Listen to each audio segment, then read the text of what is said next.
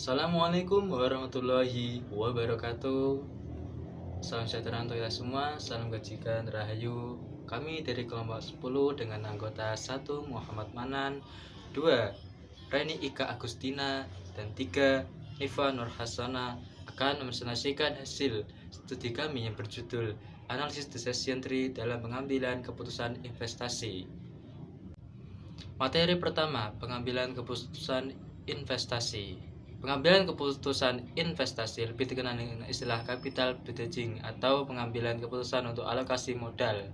Pengambilan keputusan investasi mencakup kegiatan ekspansi, akuisisi, divestasi, rekapitalisasi aset, dan sebagainya. Setiap perubahan dalam penerapan suatu teknologi atau metode proses produksi, distribusi penjualan, promosi, atau program penelitian dan pengembangan, yakni research and development yang dapat memengaruhi pendapatan dan pengeluaran perusahaan dalam jangka panjang dapat digolongkan sebagai keputusan perubahan dalam jangka panjang, dapat digolongkan sebagai keputusan perubahan investasi.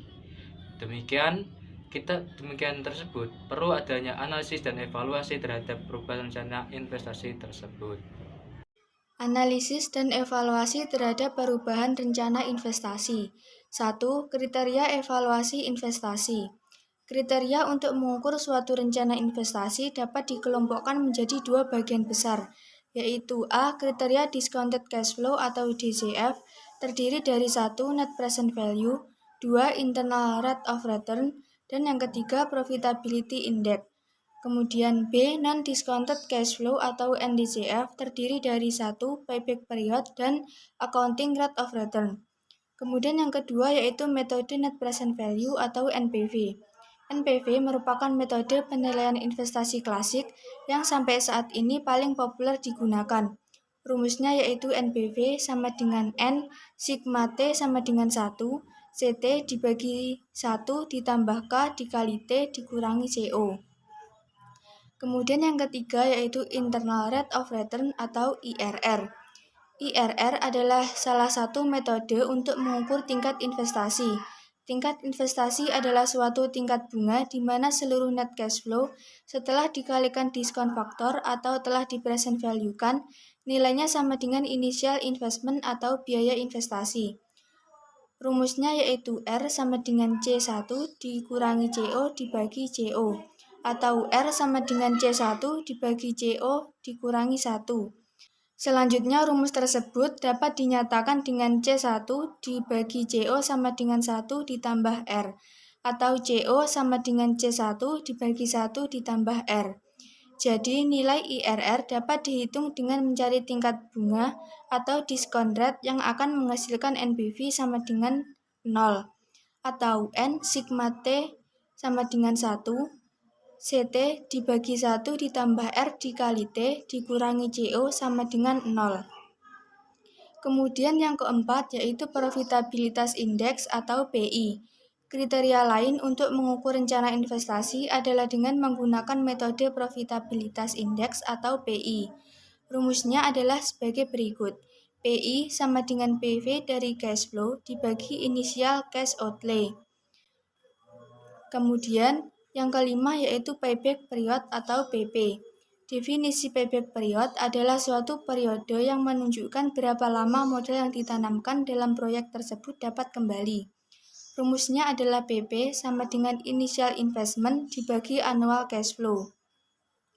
Kemudian yang keenam yaitu analisis payback period. Dua rencana investasi dalam bentuk proyek A dan B sama-sama memiliki payback period 2 tahun.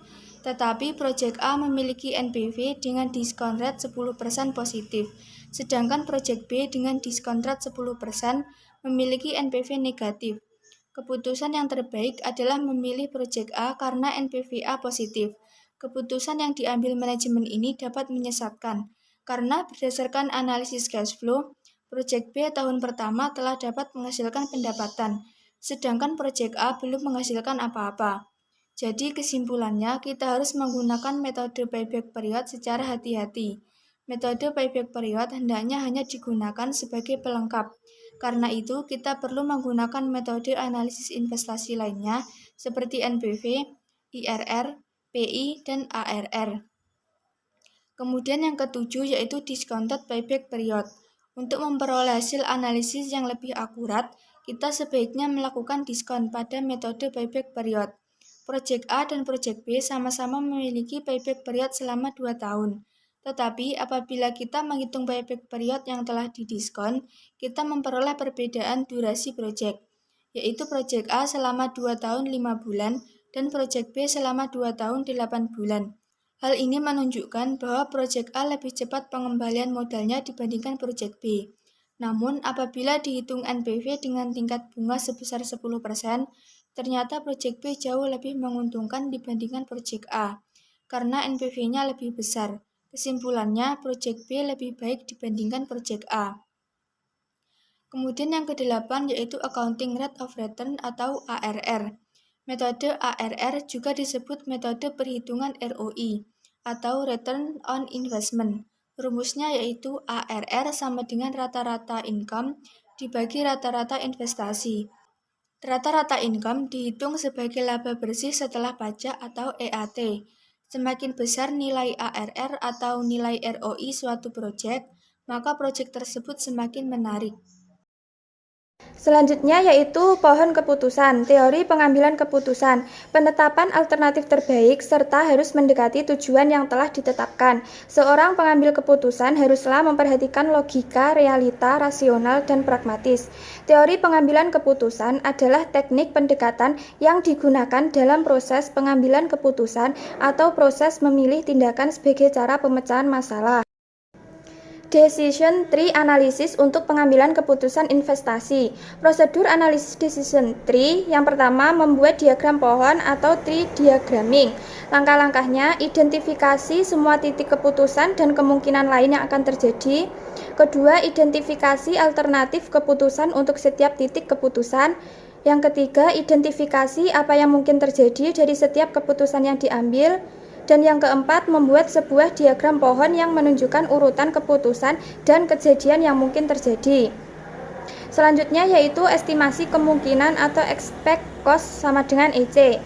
Langkah-langkahnya yang pertama, estimasi kemungkinan hasil yang akan diperoleh dari berbagai kejadian yang mungkin terjadi. Yang kedua, estimasi konsekuensi keuangan dari setiap hasil yang mungkin dari berbagai alternatif keputusan. Selanjutnya yaitu evaluasi dan seleksi. Langkah-langkahnya yang pertama, perhitungkan nilai yang diharapkan dari setiap alternatif keputusan.